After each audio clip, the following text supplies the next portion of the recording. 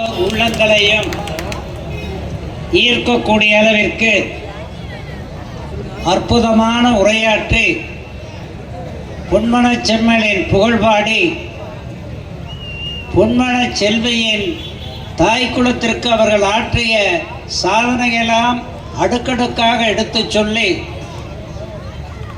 அம்மா வழியிலே தலைவர் வழியிலே நல்லாட்சி புரிந்து அளப்பரிய செல்வாக்கை அகில இந்திய அளவிலே பெற்று உன்னதமானவன திகழ்ந்து கொண்டிருக்கிற EPS 26 தமிழகத்தின் முதலமைச்சராக அம்மாவின் சார்பிலே தலைவரின் சார்பிலே அமர வேண்டும் என்ற வாழ்த்தை கூறி அமர்ந்திருக்கிற அன்பு சகோதரி திருமதி விந்தியா அவர்களே இந்த மாவட்டத்தின் அற்புதமான மாவட்ட செயலாளர்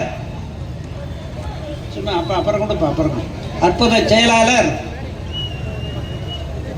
ஏழைகளுக்கு எண்ணற்ற உதவிகளை பிரதிபலன் எதிர்பார்க்காமல் செய்து வருகின்ற பாசமிகு தம்பி பலராமன் அவர்களே, இந்த நிகழ்வினை சிறப்பித்துக் கொண்டிருக்கின்ற கழகத்தின் பல்வேறு நிலைகளில் இருக்கின்ற பொறுப்பாளர்களே, தொண்டர்களே, திரளாக குழுமி இருக்கின்ற தாய் குலமே, சகோதர சகோதரிகளே, நான் மட்டற்ற மகிழ்ச்சி அடைகின்றேன்.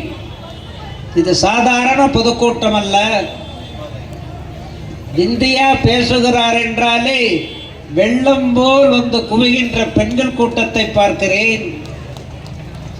பொருள் நிறைந்த பேச்சை அவர்கள் அள்ளி அள்ளி தருவார் என்ற ஆர்வத்தோடு குழுமி இருக்கின்ற இளைஞர் பட்டாளத்தை பார்க்கிறேன் திருமதி. ஆனால் அந்த நல்வாழ்ப்பை இன்று எனக்கு தம்பி பலராமன் அவர்கள் தந்திருக்கிறார். அவர்கள் பல்லாண்டு நல்ல உடல்நலத்தோடு தொடர் புகழோடு மெளிர வேண்டும் என்று அதற்கு நான் என் வாழ்த்துக்களை தெரிவித்துக் கொள்கிறேன். பொன்மனச் செம்மல் புரட்சித் தலைவர் எம்ஜிஆரை பற்றி உங்களுக்கு தெரியும். 1967 ஆட்சி கட்டிலுக்கு உதயசூரியன் வந்ததற்கு காரணம் யார் என்று நான் சொல்லவில்லை, பெருந்தகை பேரறிஞர் அண்ணா அவர்களே சொன்னார். 67 வெற்றி பெற்று விடுகிறார் பெருந்தகை பேரறிஞர் அண்ணா.